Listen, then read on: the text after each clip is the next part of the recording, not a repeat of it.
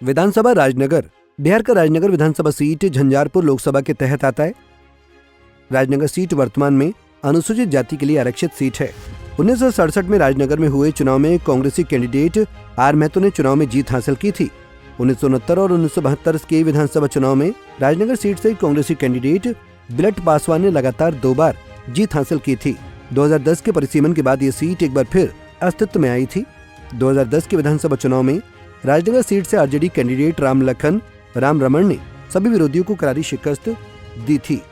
2014 में रामनगर सीट पर हुए उपचुनाव में आरजेडी कैंडिडेट राम अवतार पासवान ने जीत हासिल की थी, लेकिन 2015 और 2020 के विधानसभा चुनाव में राजनगर से बीजेपी की टिकट पर रामप्रीत पासवान ने सभी विरोधियों को पराजित कर दिया था। रामप्रीत पासवान इस बार जीत की हैट्रिक लगाने के लिए फिर से चुनावी मैदान में उतर सकते हैं।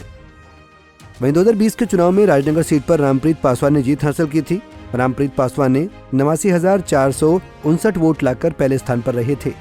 रामप्रीत पासवान ने आरजेडी उम्मीदवार राम अवतार पासवान 19,121 वोट के अंतर से हराया था।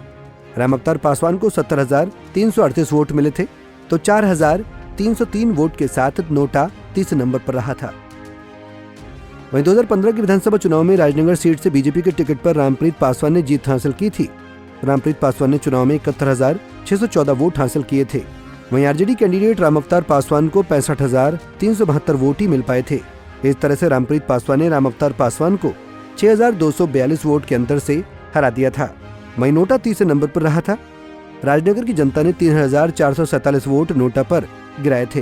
वहीं 2010 के विधानसभा चुनाव में राजनगर सीट से आरजेडी की टिकट पर राम रमण ने जीत हासिल की थी। राम रमण ने चुनाव में 40,584 वोट हासिल किए थे। वहीं बीजेपी कैंडिडेट रामप्रीत पासवान ने 38,125 वोट हासिल किए थे।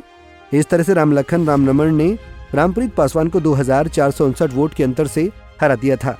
वहीं कांग्रेसी कैंडिडेट राम इकबाल पासवान 13,367 वोट लेकर तीसरे स्थान पर रहे थे।